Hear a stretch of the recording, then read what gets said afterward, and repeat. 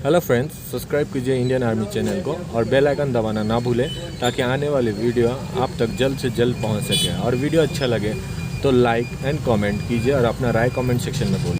हम Indian army की एक ऐसी रेजिमेंट के बारे में बात करेंगे जो हेड हंटर्स के नाम से मशहूर है। अब तक तो आप समझ ही गए होंगे कि हम बात कर रहे हैं इंडियन आर्मी की नागा रेजिमेंट के बारे में। तो आज के इस एपिसोड में हम आपको नागा रेजिमेंट की बहादुरी के कुछ ऐसे किस्से सुनाएंगे जिनको सुनने के बाद आपके रोंगटे खड़े हो जाएंगे। So without wasting any time, let's begin.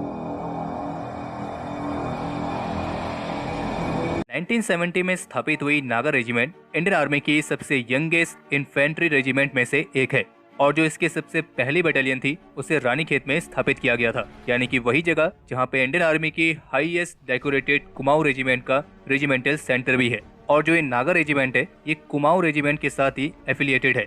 इस रेजिमेंट में जो जवान भर्ती किए जाते हैं वो मुख्य रूप से भारत की नॉर्थ ईस्ट स्टेट नागालैंड से होते हैं। लेकिन जब शुरू में इस रेजिमेंट को स्थापित किया गया था तब कुमाऊं रेजिमेंट, गढ़वाल राइफल्स और 3 गोरखा राइफल्स की बटालियन की मैन पावर के साथ इसे बनाया गया था और करीब 69 नागास को अंडरग्राउंड नागास के रिहेबिलिटेशन कैंप से डायरेक्टली एनरोल किया गया था। और ऐसे भी नहीं है कि इस रेजिमेंट में सारे नागाज ही होते हैं, बल्कि इस रेजिमेंट के 50% ट्रूप्स नागाज होते हैं और जबकि बाकी के कुमाऊनी, गढ़वाली और गोरखाज में इक्वली डिवाइडेड होते हैं। वर्तमान समय में नागा रेजिमेंट की 3 बटालियन है और जबकि एक बटालियन टेरिटोरियल आर्मी की भी है जो कि 164 इन्फेंट्री बटालियन के नाम से जानी जाती है। नागा रेजिमेंट का जो वॉर क्राई है वो है जय दुर्गा नागा और अपनी स्थापना के बाद से इस रेजिमेंट ने 1971 के Indo Pakistan war, UN mission और 1999 के कारगिल वॉर में भी अपना महत्वपूर्ण योगदान दिया है। खैर ये तो हो गई इस नागा रेजिमेंट की कुछ बेसिक इन्फॉर्मेशन।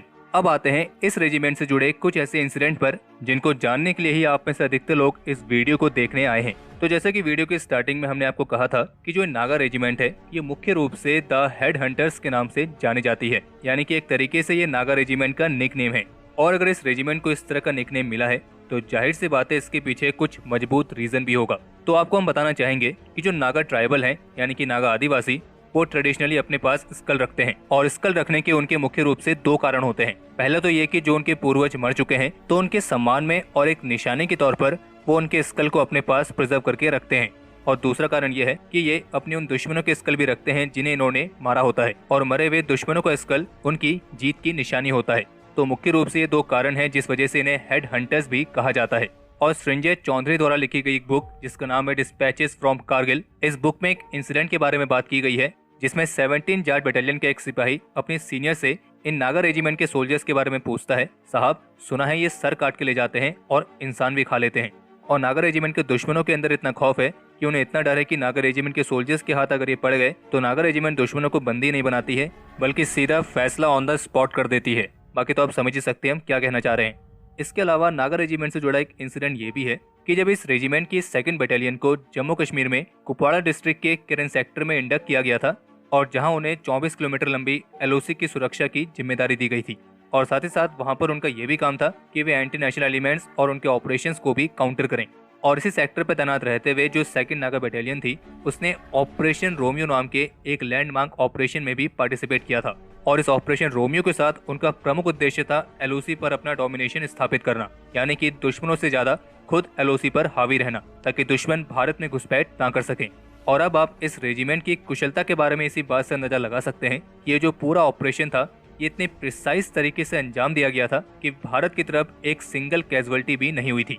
इतना ही नहीं बल्कि ये भी कहा जाता है कि जब स्टार्टिंग में नागा रेजिमेंट को एलओसी पर डिप्लॉय किया गया था तो पहले होता यह था कि एलओसी पर जब आर्मी की कोई नई रेजिमेंट डिप्लॉय होती थी तो Pakistani army cross border firing करके उस रेजिमेंट का एक तरीके से स्वागत करती थी, यानी कि एक तरीके से वे डराने की कोशिश करते थे और ये दिखाना चाहते थे कि उनका डोमिनेशन ज्यादा है। और जब नागा रेजिमेंट एलओसी पर आई तब भी पाकिस्तानी काउंटर पार्ट्स ने यही किया, उन्होंने नागा रेजिमेंट की फॉरवर्ड पोस्ट पर मोर्टार शेल से हमला किया। लेकिन नागा रेजिमेंट ने उस समय उस हमले के लिए रिटेलिएट नहीं किया और पाकिस्तान की तरफ से करीब 2 मोर्टार शेल नागा रेजिमेंट की फॉरवर्ड पोस्ट पर फायर किए गए थे। लेकिन तब तक पाकिस्तानी आर्मी को नहीं पता था कि वे गलत पंगे ले रहे हैं। तो फिर हुआ यह कि लगातार अगली 2 रातों तक कुछ पाकिस्तानी सोल्जर्स सीमा पार करके भारत की तरफ आते, नागा रेजिमेंट की पोस्ट पर हमला करते और वापस भाग जाते। और जब 2 रातों तक लगातार ऐसा हुआ तो फिर नागा रेजिमेंट के सोल्जर्स ने उन पाकिस्तानी सोल्जर्स को पकड़ने के लिए एक जाल बिछाया और अब की बार जब पाकिस्तानी सोल्जर्स आए तो उनमें से 2 को नागा रेजिमेंट के सिपाहियों ने पकड़ लिया और उन्हें पकड़ के पेड़ से बांध दिया और उनके सामने अपना ट्रेडिशनल नागा डांस परफॉर्म किया।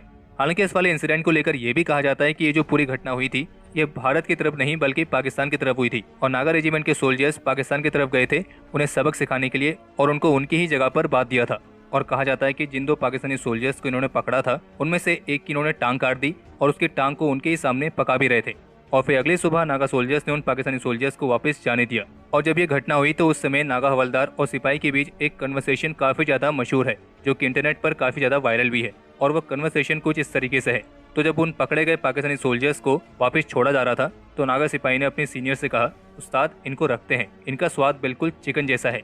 तो इसके जवाब में उनके सीनियर ने यह कहा कि नहीं रे, इनको जाने दो, ये दोनों बहुत कमजोर हैं, अब यहाँ 3 साल रहना है, तो टेंशन मत ले और बहुत मोटे तगड़े मिलेंगे। और ये भी कहा गया है कि जो बदकिस्मत पाकिस्तानी सोल्जर्स नागा रेजिमेंट के सिपाहियों की गिरफ्त में आ गए थे वो असल में पाकिस्तानी आर्मी की बलूच रेजिमेंट से थे। और फिर इस घटना के बाद से जो 3 साल तक नागा रेजिमेंट उस जगह पर थे तब तक उन 3 सालों में पाकिस्तानी काउंटर पार्ट ने कोई भी ऐसी हरकत नहीं करी। और ये भी कहा जाता है कि इस इंसिडेंट के बाद पाकिस्तानी सोल्जर्स 3 सालों तक अपनी फॉरवर्ड पोस्ट को छोड़कर भाग गए थे। और ये पूरा इंसिडेंट इतनी तेजी से फैला कि एलओसी के पार जो पाकिस्तानी काउंटर पार्ट थे वे इतनी हिम्मत भी नहीं कर पा रहे थे कि वे अपने बायनोकुलर से नागा रेजिमेंट के सोल्जर्स पर नजर रखें। तो ये थे नागा रेजिमेंट से जुड़े कुछ इंटरेस्टिंग इंसिडेंट।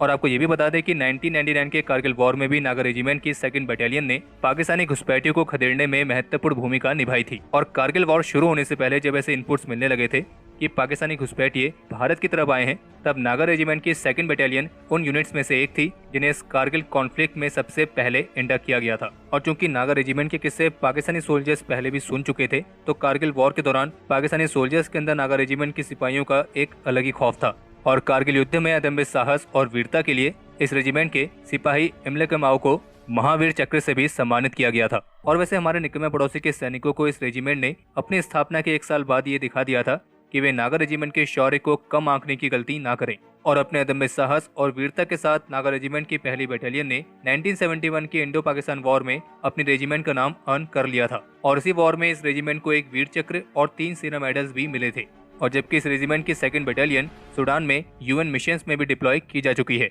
बाकी इस रेजिमेंट को 1 महावीर चक्र, 8 वीर चक्र, 1 कीर्ति चक्र, 6 शौर्य चक्र, 1 युद्ध सेवा मेडल, 1 विशिष्ट सेवा मेडल और 48 सेना मेडल से सम्मानित किया जा चुका है। और मेजर डेविड मोनलम भी इसी रेजिमेंट के योद्धा थे जिन्हें मरणोपरांत कीर्ति चक्र से सम्मानित किया गया था और जो लप्पा ऑपरेशन के दौरान वीर गति को प्राप्त हुए थे।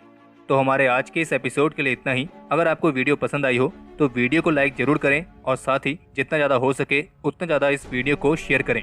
बाकी आपका कोई भी सुझाव या सवाल हो तो कमेंट सेक्शन में आप लिख सकते हैं। और अगर चैनल को सब्सक्राइब नहीं किया है तो सब्सक्राइब जरूर कर लें और ये बिल्कुल फ्री है।